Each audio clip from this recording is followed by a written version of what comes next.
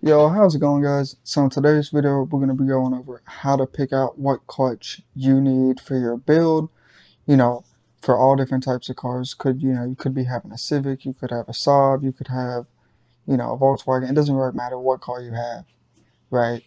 Once you start, let's say you go turbo, supercharged, nitrous, or even NA max effort, you're eventually going to need a new clutch just because the factory clutch probably isn't going to be able to handle the power. And, that's kind of what I ran into. So I have a new clutch that is rated for about 350 foot-pounds, 500 Newton meters in that area. But, just some things that you want to think about before buying that new clutch. For one, is it going to be a daily driver? If it is, you don't want to get a stage 5 or stage X, whatever they call it, twin disc.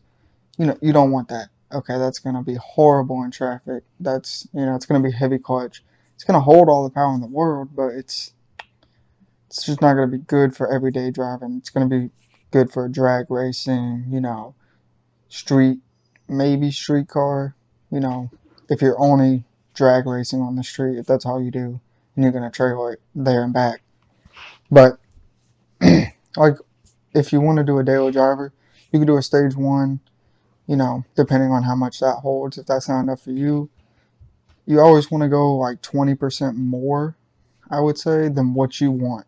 So let's say you want to make 500 horsepower, 350 foot-pounds of torque. Well, you wouldn't buy a 350 pound foot-pound clutch because, yeah, it says it can handle that, but at the end of the day, you're riding right on that, and that's how stuff breaks. Let's say you get a 500 though, 500 foot-pound clutch. It's not going to be slipping and breaking at 350. It's going to hold that for years, maybe, depending on the brand. But that's why you wouldn't, you know, same kind of thing. Even on rods and pistons, you're not going to buy a 500 horsepower capable piston and then run 500. No, you're going to run 350, 400, just so that you're safe. You're not going to blow up your engine, right? Same thing here. But let's go ahead and get into what things you kind of need. I mean, you might already know what you need, but just kind of refreshing. Obviously, you're going to need the clutch. So this is actually from Neptune. Never heard of them. It's like a... Sonic, what are you doing? Sorry. It's like a performance brand for SAABs and other stuff like that. But, so I bought this for my own money. So, they didn't pay for it. If they want to sponsor me, though, that'd be fun. But, oh, yeah, it's heavy. But, I don't know if y'all can see, it is, yeah, here we go.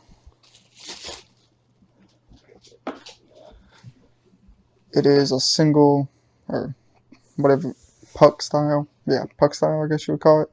6 puck style. Yeah, 1, 2, yeah, 6. And then I got the V6, so my car came with a V6 option. And I have the 6-speed transmission, which is also found in the V6. So it comes with that pressure plate. That's another thing you want to think about. If it's just the disc, that, that's obviously not going to work with every pressure plate. So you might probably going to have to get the brand specific pressure plate. Or if it says it works for OEM, then you might just be able to use the one that you already have. Another thing you're gonna want, just while it's kind of why you're in that part, is a new throwout bearing. I mean, that's what presses up against the pressure plate. Somebody's going crazy outside. Low pressure plate, and then that engages it and disengages it. So that's on the transmission. If you're in there, you might as well replace that because it's probably bad. Next thing is rear main seal. This is super hard to find for my car. Don't know why.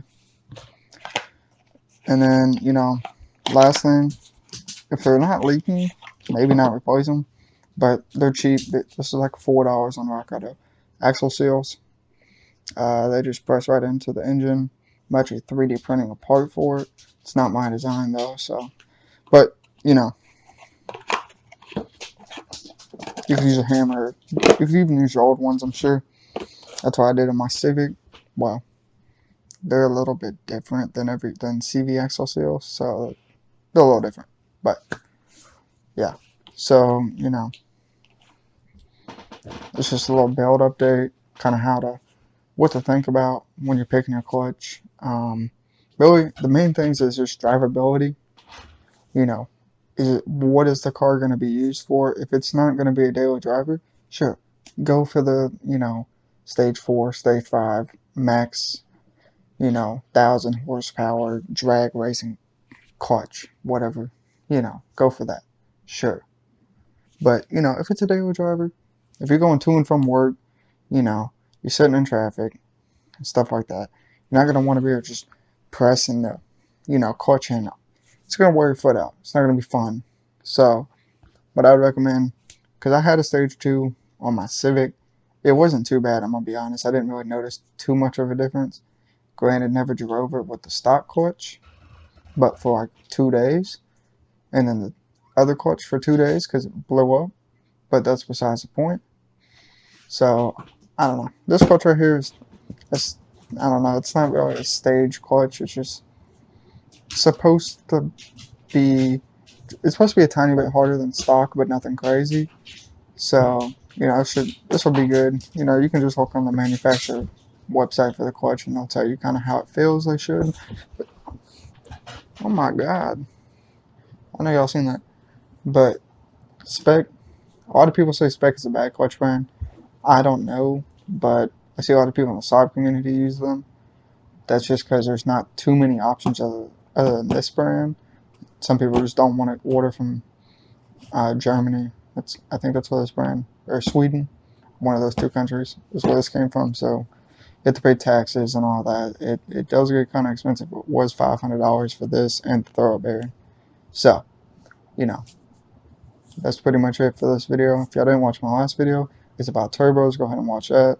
And make sure to leave a like, comment down below, and subscribe. Peace. See y'all.